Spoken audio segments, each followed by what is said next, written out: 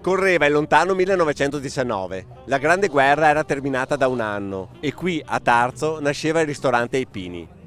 Sono passati 100 anni e il quotidiano del Piave è venuto a fare gli auguri a questo prestigioso locale.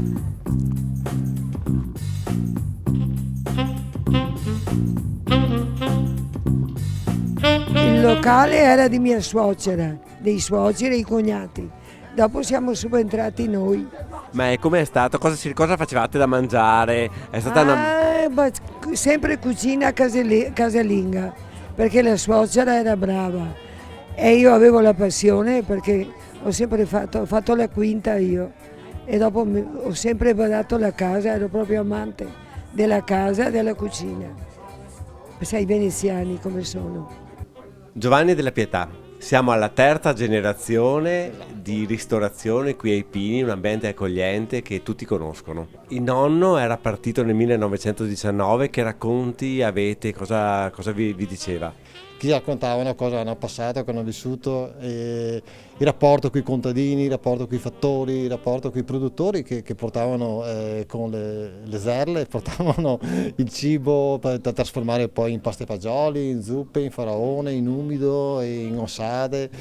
E il nonno era più uomo da banco, quindi era più uomo da osteria, giocava a carte, aveva gli amici.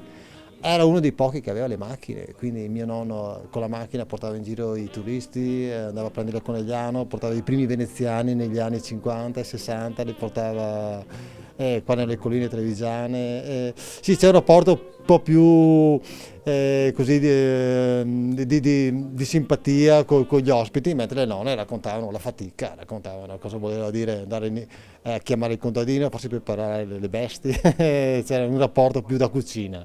Però è stato un rapporto bellissimo, noi cerchiamo di trasmetterlo ai nostri clienti e soprattutto ai nostri figli, perché anche questa è una generazione che sta andando avanti, è una generazione che speriamo che domani ci sia qualcun altro che porti avanti la stessa famiglia. Beh, siamo qui numerosi, c'è qui l'amministrazione comunale, ma c'è qui anche tanta gente di Tarzo che questa sera vuole festeggiare insieme all'Albergo Ai Pini questa tappa importante, i primi 100 anni di questa avventura. Ricordo che è una villa veneta del 600 e quindi ha ancor più la sua valenza, direi, paesaggistico e architettonica. Susanna, voi a distanza di 100 anni riproponete le ricette di nonna Clara, di zia Angelina. Cosa si mangia qui ai Pini? Si mangiano i piatti tradizionali, da pasta e fagioli, le trippe, il pollo in umido, la polenta e i risotti che nelle grandi occasioni non mancano mai. Questa è una tradizione, è qualcosa che mi ha lasciato mia nonna, anche se io non l'ho conosciuta, perché la chiamavano la regina del risotto e adesso tutti dicono che la regina del risotto sono io. Questo mi riempie di gioia perché io ero piccolissima quando mia nonna è morta. Però io comunque ho ereditato una grande passione, a parte per la cucina, ma per il paese, proprio veramente per i prodotti.